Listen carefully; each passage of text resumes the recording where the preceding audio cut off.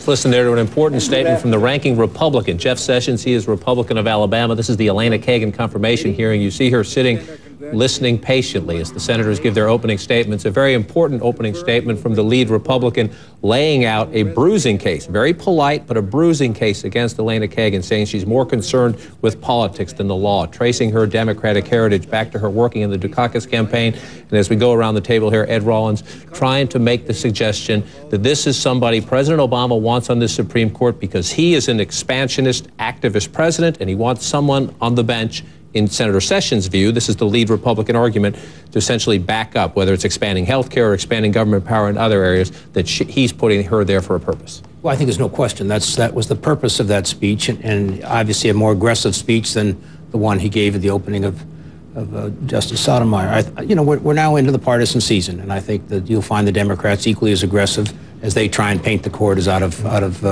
as I said earlier, protecting business and what have you. These are the slogans of the campaign, and obviously these are the first rounds. And yet, Donna, when the Democrat had the first chance to frame the debate, Patrick Leahy, the chairman, he was very complimentary of her, but he also digressed into, after saying the court is there to be independent, to criticism of the Bush v. Gore decision, which was 10 years ago, and a recent decision on campaign finance, much more about a criticism of the Republicans on the court now, the conservative majority on the court now, than a defense of Elena Kagan. Well, I thought he tried to do three things. One, pay deference to his colleague, Mr. Byrd, and then went on to talk about Ms. Kagan's background, her history. But he also gave us a history of the court in the last 40 years, and I thought that was important in setting up the comments that he made about the activists, conservatives, that have altered American life in many ways, campaign finance reform, and none of us will forget the Bush v. Gore decision, and Jeffrey is a better expert at that than I am. I'm more emotional about it than I am rational about that decision. But look, this is going to be a very partisan round, the opening rounds, the conversation that sets the frame, and clearly Senator Sessions, I thought, outlined what the conservatives will be trying to dig up and also spell out as they try to define Ms. Kagan as being out of the mainstream. She's not. She's a moderate. She's a pragmatist. But Democrats have a lot of questions too, Gloria. Do they put them in their back pocket if they see the Republicans come out in such a bruising way? Do they feel we have to rally around the flag? The liberals do. Well, if the Republicans are going to be so tough, maybe we should be a little more gentle. Liberals have questions with her about the extent of executive power. They're not quite sure where she is on the issue of abortion, but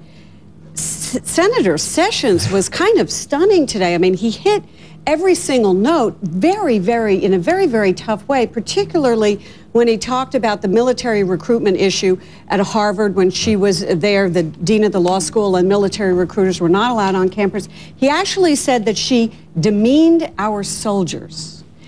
Those are very, very tough words. And then he also took on her and Washington and made her Washington and said, you know, people are concerned about Washington's disregard for the limits of its power.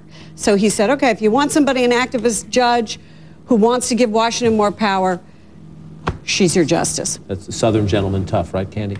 Yes, exactly.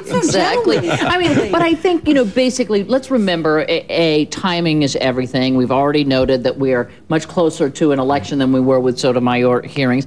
And the timing of these people know their way around a television camera. They understand how the networks work, and they understand that this is their best shot at getting their case out there, is their ranking Republican guy, and he laid it out there with a real edge to it, and that's his job. Jeff Sessions' most interesting political point, though, was you were one vote away from losing gun rights.